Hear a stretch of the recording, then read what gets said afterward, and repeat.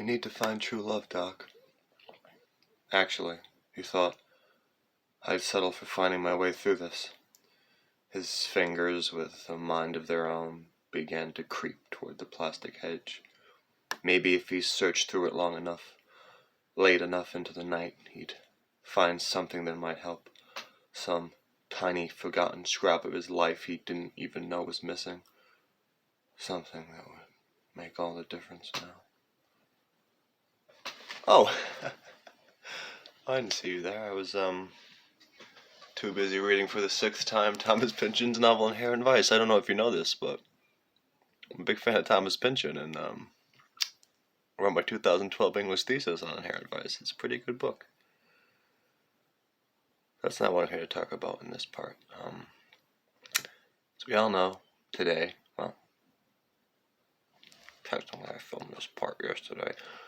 Today is the St. Valentine's Day Massacre anniversary, in which, and I don't want to make this into some kind of like ethnic war, but in which those cowardly, spineless Italians, led by that piece of shit goon, Al Capone, fucking pretended to be police. Okay, is my Irish ancestry making me a little upset right now? Yeah, it is, okay? The North Side Gang were Irish. And listen, Prohibition made beast of us all. But listen, the Irish were trying to do the right thing in Chicago, okay? They weren't like the racist fucking, the cops up in Boston, okay? The Chicago Irish folk. That's where the Kennedy families got started. I'm not saying that Kennedy didn't later become corrupt, but listen. All I'm saying is that these fucking Goombas, I'm not trying to be offensive here, but that's what they were. Alright, these fucking little Joe Pesci's, alright, pretended to be cops. Now my people were betrayed, and they had lined them up. Some of them were shot in the back, alright? So yeah, today holds, even without the other stuff, today's, it's a sad day for me. But it's also a sad day for many because it's Valentine's Day. And, I'm going to do a little series in which, listen.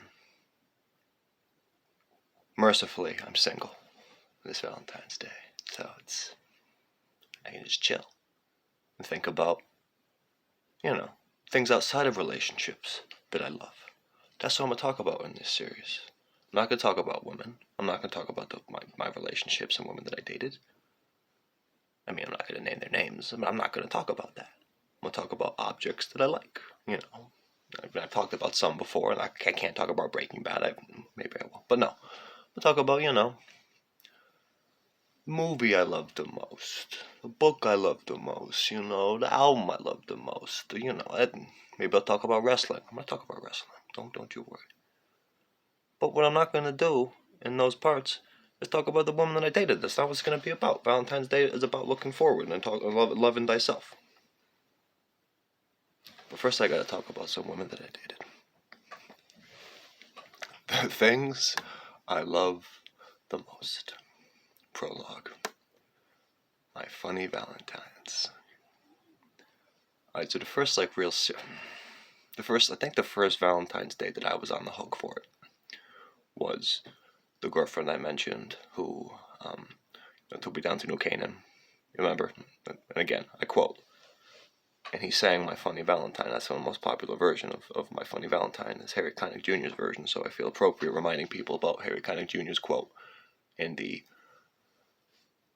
was this November 24th or 25th of 2007. I got it right now. It was 2007. But they're giving the jobs to all the damn Mexicans.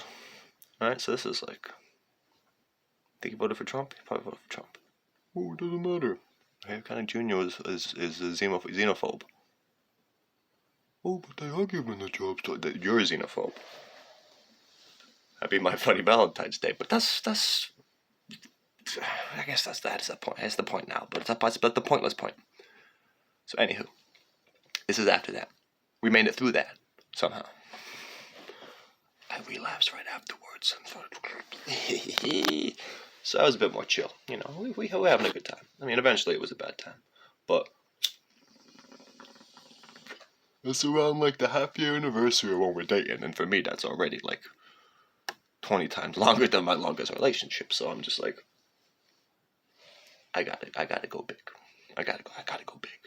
And at that point, I was already like, hey, listen, I had my first, no, we hadn't gone on our first plane trip yet. That would be the next big step. And that, honestly, just may have been where I broke it. I was kind of an asshole.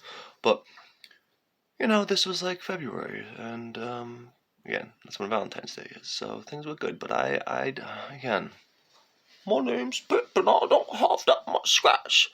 I was working. I was a pride leader, so I was making some money, a stipend, but I don't know. I was smoking cigarettes at that point. I mean, I wasn't really even. I had no need to really buy. I don't know. I was smoking weed all the time, but I had friends. It was college.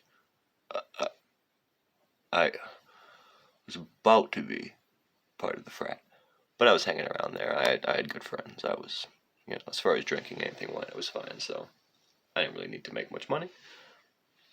But of course, I would have to, when I could, spend it.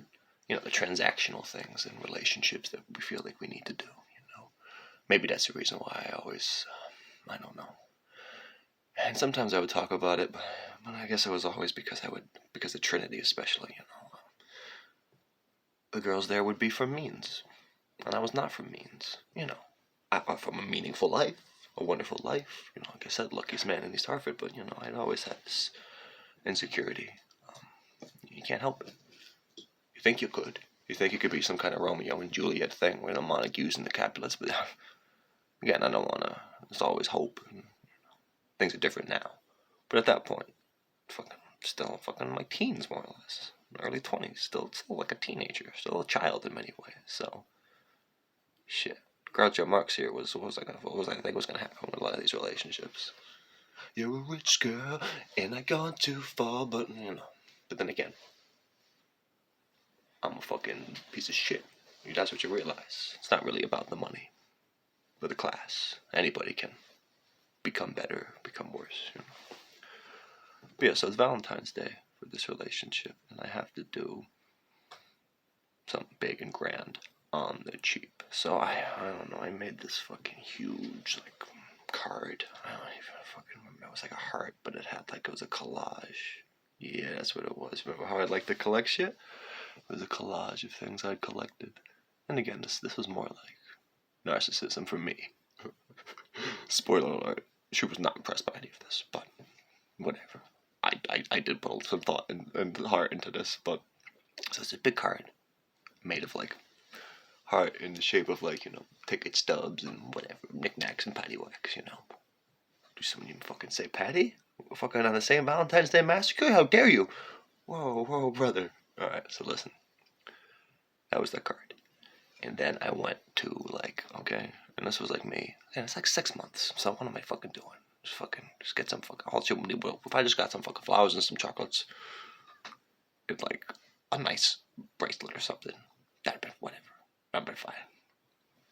But no, I had to fucking try to overdo it, underdo it, underbake it. While everyone in Ailton or Quad was getting fucking American fucking Beauty petals falling from the fucking ceilings. But listen, I don't care. Fuck that. I'm looking back on it, I did a good job. I took her a tour around the campus to this is where we had our first kiss, and now I'm going to talk about road. And I wrote stuff. It wasn't me doing my improv bullshit that I do now. So of course it wasn't good. I'm just and here's where we first and yeah. And it's 10 spots on this tour. It's a small campus. But then, and I don't care. I'm gonna read every goddamn song title. I made an album, 21 songs, curated. And looking back on it, these are good songs, but this is very intense. This is something, I don't know, it's a 10-year anniversary. After you're married, Valentine's Day. I'm gonna listen to some of these songs later on my own, and I shouldn't, because it's gonna take me back. I shouldn't, but I've moved on. It's fine. I'm moving on with my life. That's why I'm telling these stories. Come on, I'm talking about objects that I care about, like music and this, and not at all about relationships. So don't worry about me. 1. I love you, Lou Reed. 2. First day of my life, Bright eyes. God. Yeah. Oh yeah. There we go. That'll show him. That'll show her I'm emotionally stable. Put fucking Bright Eyes and Lou Reed. I know I'm looking at everyone in here is a fucking every fucking artist in here is fucking a dope fiend. But you don't know at the time. 3. Thank You Girl, The Beatles. 4. Till There Was You, The Beatles. 5. Nobody Does It Better, Carly Simon. 6. Love Song, The Cure. 7. Turn to Stone, Electric Light Orchestra. 8. Wonderful Tonight, Eric Clapton. Quick aside, this is an offensive joke. My father told me this joke. I can tell this joke. What's the difference between a bag of cocaine and a baby? Eric Clapton wouldn't let a bag of cocaine fall out a window. 9. Do You Realize, The Flaming Lips. 10. Origin of Love, Hedwig and the Angry Inch. I'll bring this back up. I'll bring that up again later, don't worry. Bring it back up for the astute. Voyeur. 11. Oh my god. The Reason, Hoobastank. Oh, I'd forgotten I'd repressed that song. You all did. Guess what? And the reason is you. It's gonna be stuck in your head for another fucking 10 years. That's how long it took to get it out, and then welcome back. 12. I Want to Love Somebody Like You, Keith Urban. I think maybe she must have liked Keith. Yeah, she liked country, and this was me going like, alright, I'm throwing the song to the big attack. I don't like this. 13. Can't Take My Eyes Off of You, Lauryn Hill. I can't stand white people using my songs in their white ass fucking mixtapes with fucking their rich white girlfriends. 14. In Your Wildest Dreams, Moody Blues. There we go. It's a good ass song. 15. Underneath It All, No Doubt. It's actually not one of the good ones. She Is Love, Oasis. Well, something like that. Only You. The Platters. It's actually a good playlist, really. 18. Anything You Want, Roy Orbison. 19. La Tutora by Shakira. 20. Would I Love You, Smokey Robinson. 21. Thank You, Led Zeppelin. Indulgent. 21 songs too. I printed it out to be serious too. The cover, is the cover still in there? Did I just turn it around to be passive aggressive? Oh my god, this is terrible. Okay, good. I don't write a name on it, so it's fine.